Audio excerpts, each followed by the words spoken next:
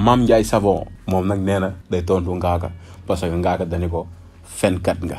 mais ci Knowledge Justice bi Ngaaka mais wax naan ko dégg naa na bu daas am na jëkkër wala dara mu ne ko ah non laaj ko Mame Ndiaye Savon Mame Ndiaye Savon nag nee na Ngaaka Feen Kaat la ko bëgg a def mu ne ko nag laal nga laalaake ndax ñi ngay doog a classe ñëpp yaa ngi doog a laal nag koo xamante ni moom pare na. donc boo xoolee sa à côté am na koo xamante ni mu ngi naan ko da ngay dem ci biril neen day dem ci biril pour tontu ko donc nag xaw ma daf ko jëlee mer wala je sais pas mais yaakaar naa ni tey jii nii Mame Ndiaye Savon ci cas yi muy nekk xam nga loolu moo tax Ngaaka ni laaj ko Mame Ndiaye Savon léegi nag Mame Ndiaye Savon dañoo bëgg na nga dugg studio tontu Ngaaka ci lu mu la wax. donc duggal studio dama leen jox Mame Ndiaye Savon réaction bu mu def après réaction yi gars yi yéen tamit seen commentaire ngeen wax li Mame Ndiaye Savon wax Ngaaka blindé dafa war a def son tontu Ngaaka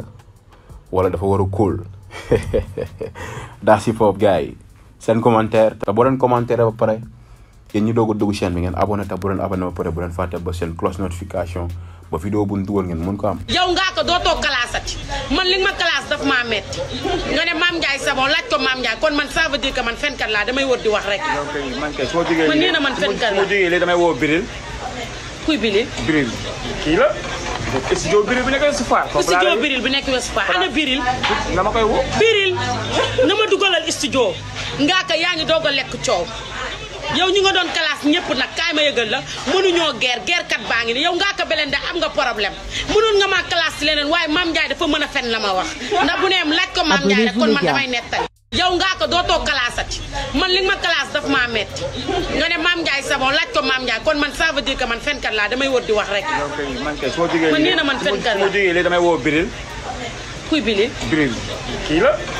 studio Biril bi nekk Ouest Foire. studio Biril bi nekk Ouest Foire ana Biril.